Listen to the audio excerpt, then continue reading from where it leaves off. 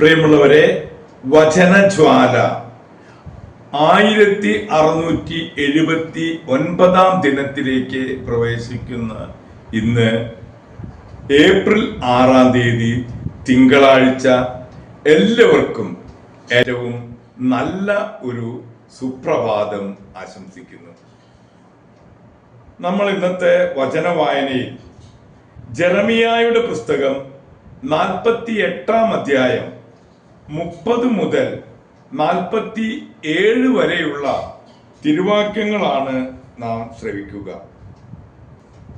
അവന്റെ ഔദത്യം ഞാൻ അറിയുന്നു, കർത്താവ് അരുളി ചെയ്യുന്നു, അവന്റെ പൊങ്ങച്ചവും പ്രവൃത്തിയും വ്യാജമാണ്. മൊവാബിനെ കുറിച്ച് ഞാൻ വിലപിക്കുന്നു, മൊവാബ്യരെ ഓർത്ത് ഞാൻ നിലവിളിക്കുന്നു, കിർഹരേസ്യരെ പ്രതി ഞാൻ ദുഃഖിക്കുന്നു. സിബ്മായുടെ മുന്തിരിവള്ളി ജാസരീലിനോട്ട് എന്നതിനേക്കാൾ ഏറെ ഞാൻ നിന്നെക്കുറിച്ച് വിലപിക്കുന്നു.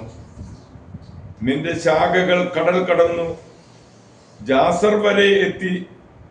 നിന്റെ വേനൽക്കാല കണികളെയും മുന്തിരി വിളകളെയും വിനാശകൻ ആക്രമിക്കുന്നു.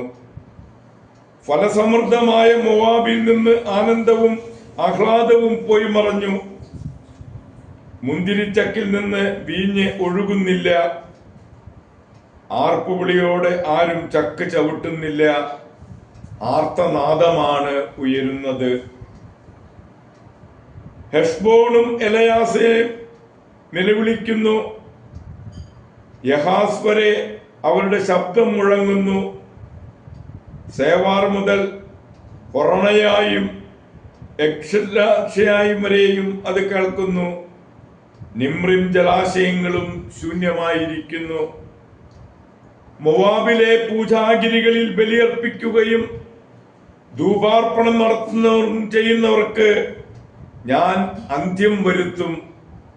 കർത്താവ് അരുളി ചെയ്യുന്നു, എന്റെ ഹൃദയം ഓടക്കുഴൽ എന്ന പോലെ കിർഹരേസ്യയെയും മൊവാബിനെയും ഓർത്ത് വിലാപസ്വരം ഉതിർക്കുന്നു. അവരുടെ സമ്പത്ത് നശിച്ചല്ലോ. എല്ലാവരും ശിരസ് മുണ്ടനം ചെയ്തു, താടി ക്ഷൗരം ചെയ്തു, കരങ്ങൾ വ്രണപ്പെടുത്തി, അരയിൽ ചാക്കുടുത്തു. മൊവാബിന്റെ പുരമുകളിലും ചന്തസ്ഥലങ്ങളിലും വിലാപമല്ലാതെ മറ്റൊന്നും കേൾക്കുന്നില്ല. എന്തെന്നാൽ ആർക്കും വേണ്ടാത്ത പാത്രം എന്ന പോലെ മൊവാബിനെ ഞാൻ ഉടച്ചു. കർത്താവ് അരുളി ചെയ്യുന്നു, മൊവാബ് നിശേഷം നശിച്ചു. അവർ എത്ര വിലപിക്കുന്നു. മൊവാബ് ലജ്ജിച്ച് പിന്തിരിയുന്നു. ചുറ്റുമുള്ള ആളുകളിൽ നിന്ദയും ഭീതിയും ഉളവാക്കുന്നു. കർത്താവ് അരുളി ചെയ്യുന്നു, കഴുകനെ പോലെ അതിവേഗം ഒരാൾ പറന്നു വരും. അവൻ മൊവാബിനെതിരെ ചിറക് വിടർത്തും. നഗരങ്ങൾ അവന് അധീനമാകും.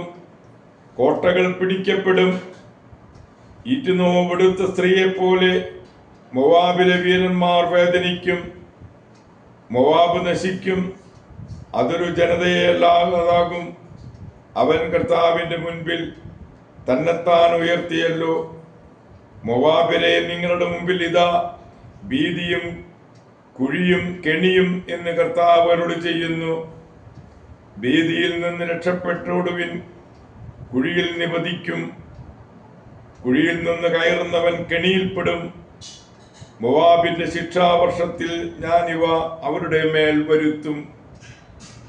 ഓടിപ്പോയവർ ഹെഷ്ബോണിന്റെ നിഴലിൽ ദുർബലരായിരുന്നു. ഹെഷ്ബോണിൽ നിന്നൊരു തീ പുറപ്പെട്ടു. സീഹാന്റെ ഭവനത്തിൽ നിന്നൊരു ജ്വാല. അത് മൊവാബിന്റെ നെറ്റിത്തളം തകർത്തു. കലാപകാരികളുടെ ശിരസ് തകർത്തു. മൊവാബേ, നിനക്ക് ദുരിതം. കെമോഷിന്റെ ജനം നിർജീവമായി. നിന്റെ പുത്രന്മാർ അടിമകളായി. നിന്റെ പുത്രിമാർ പിടിക്കപ്പെട്ടു. അവസാന നാളുകളിൽ ഞാൻ മൊവാബിന്റെ ഐശ്വര്യം പുനഃസ്ഥാപിക്കും. അതുവരെയായിരിക്കും മൊവാബിന്റെ ശിക്ഷ. പ്രിയമുള്ളവരെ, ഇന്ന് നമ്മൾ ആഗോള കത്തോലിക്ക സഭയിൽ വിശുദ്ധ സെലസ്റ്റിൻ പ്രഥമ മാർപ്പാപ്പയെ അനുസ്മരിക്കുന്ന പൊൻസുദിനം. 422 മുതൽ 10 വർഷക്കാലം റോമാ സിംഹാസനത്തിൽ തിരുസഭയെ ഭരിച്ചു. മരണനേരത്ത് ആത്മാർത്ഥമായി പാപമോചനം ആവശ്യപ്പെടുന്ന അനുതാപികൾക്ക് പാപത്തിന്റെ പഴക്കം നോക്കാതെ മോചനം നൽകാൻ മാർപ്പാപ്പ നിർദ്ദേശിച്ചു. അബദ്ധങ്ങളെ ചെറുക്കുന്നതിനും വേദപ്രചാരത്തിലും സെലസ്റ്റിൻ പാപ്പ പ്രദർശിപ്പിച്ച തീഷ്ണത അദ്ദേഹത്തെ പുണ്യവാനാക്കി. പാഷണ്ഡതകൾക്കെതിരെ അക്ഷീണം പ്രയത്നിച്ച് ജീവിച്ച് മരിച്ച വിശുദ്ധ സെലസ്റ്റിൻ പാപ്പായുടെ മാധ്യസ്ഥം യാചിച്ച് ഇന്നത്തെ ഈ നല്ല ദിവസത്തിലേക്ക് നമുക്ക് പ്രവേശിക്കാം. എല്ലാവർക്കും നല്ല ഒരു സുദിനം ആശംസിക്കുന്നു. എല്ലാവർക്കും നല്ല ഒരു തിങ്കളാഴ്ച ദിവസം ആശംസിക്കുന്നു. ദൈവം നമ്മെ ഓരോരുത്തരെയും സമൃദ്ധമായി അനുഗ്രഹിക്കട്ടെ.